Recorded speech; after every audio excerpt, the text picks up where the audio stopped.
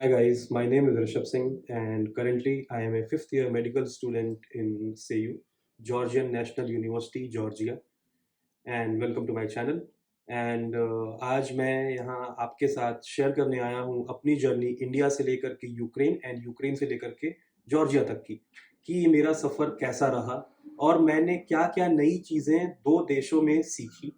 मेरी पढ़ाई अभी तक मैं अभी 5th ईयर में हूँ 2020 से लेकर के 2025 तक मेरी पढ़ाई की जर्नी कैसी रही, क्या डिफ़िकल्टीज़ मुझे फ़ेस करनी पड़ी, क्या अच्छी चीज़ें मैंने यहाँ पे सीखी, यहाँ के लोगों से, यहाँ की एनवायरनमेंट से, यहाँ के टीचर्स से, यहाँ के प्रोफ़ेसर्स से and that's why I just came here to share my experience with you guys and let's begin it.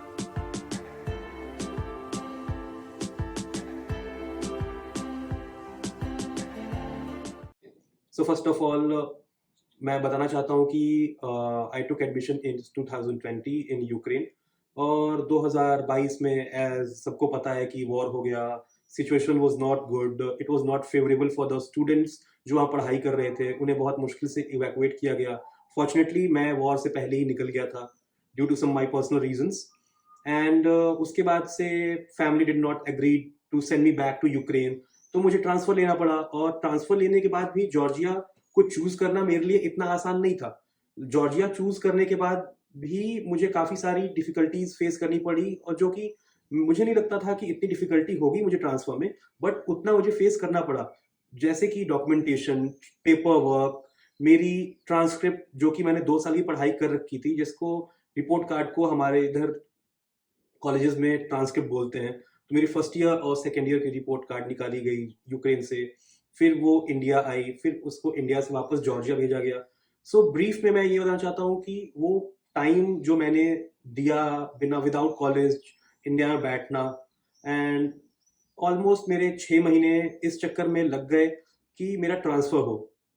So that time Georgia आना, यहाँ पे फिर से एक नई शुरुआत करना, नए लोगों से मिलना, नए दोस्त बनाना, नई यूनिवर्सिटी, फिर सब कुछ नया ही हो गया। बट मैं एक चीज़ में खुद को फॉर्चुनेट मानता हूँ कि जॉर्जिया ने मुझे लाइफ़ का दूसरा चांस दिया, जहाँ से मैंने अपनी लाइफ़ की दूसरी स्टार्ट की।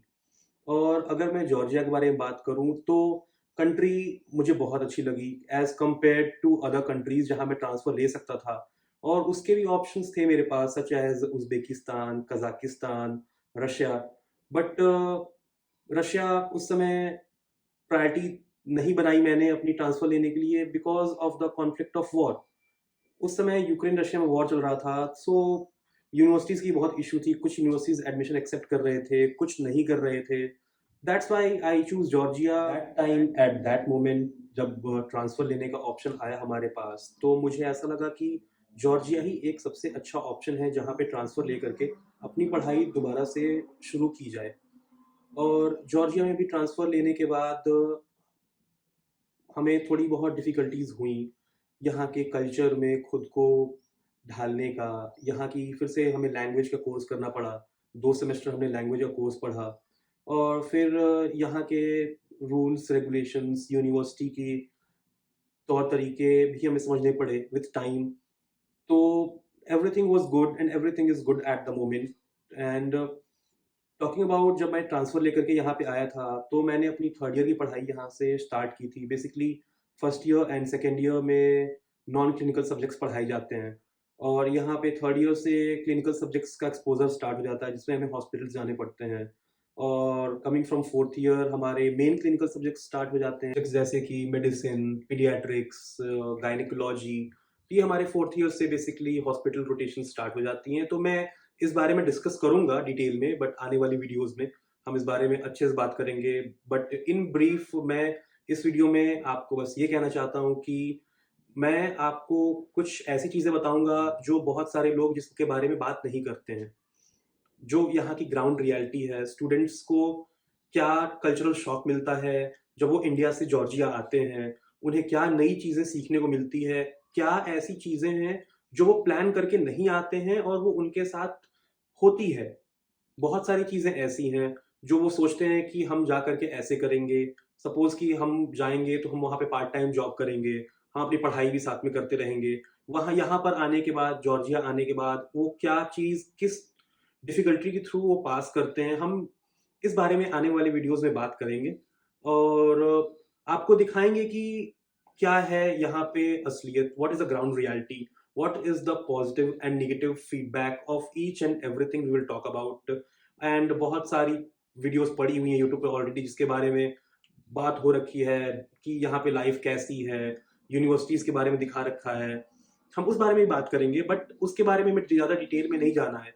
हमें बेसिकली बात करनी है in the benefit of students जो यहाँ पे आने के लिए प्लान कर रहे हैं। एंड डेफिनेटली एक पॉइंट के बारे में बात करना चाहूँगा, that is the new upcoming NMC guidelines जो कि एवरी 6 मंथ और 4 मंथ्स वो चेंज होते रहते हैं। हमारा एग्ज़ाम पैटर्न कैसा होगा? So these all are the things which I will discuss in the upcoming videos. And thank you for watching this and please stay connected. Thank you.